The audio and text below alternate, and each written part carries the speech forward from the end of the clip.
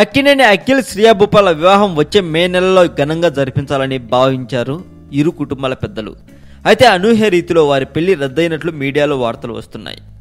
అఖిల్ శ్రియాల మధ్య తలెత్తిన అభిప్రాయ భేదాలు వివాహ రద్దుకు కారణమని, దాంతో నాగార్జున చాలా డిస్టర్బ్ అయ్యాడని కూడా వార్తలు వచ్చేస్తున్నాయి.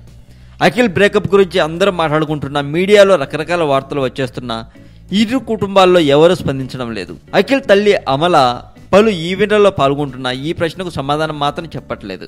తాజాగా ఈ వ్యవహారం గురించి మరో వార్త వినబడుతుంది.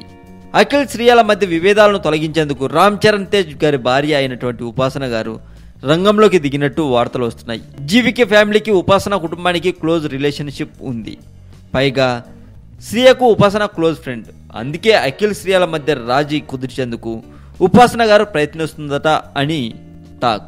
ఉపాసన రాయబారం ఫలించి అఖిల్ శ్రియ ఒక్కటవ్వాలని అక్కినేని అభిమానులు కూడా కోరుకుంటున్నారు. ఇక నాగార్జున గారు పెట్టిన ట్వీట్ ప్రకారం అఖిల్ శ్రియాల పెళ్లి వ్యవహారం ఒక కొలిక్కి వచ్చినట్టే ఉంది అని చెప్పాలి.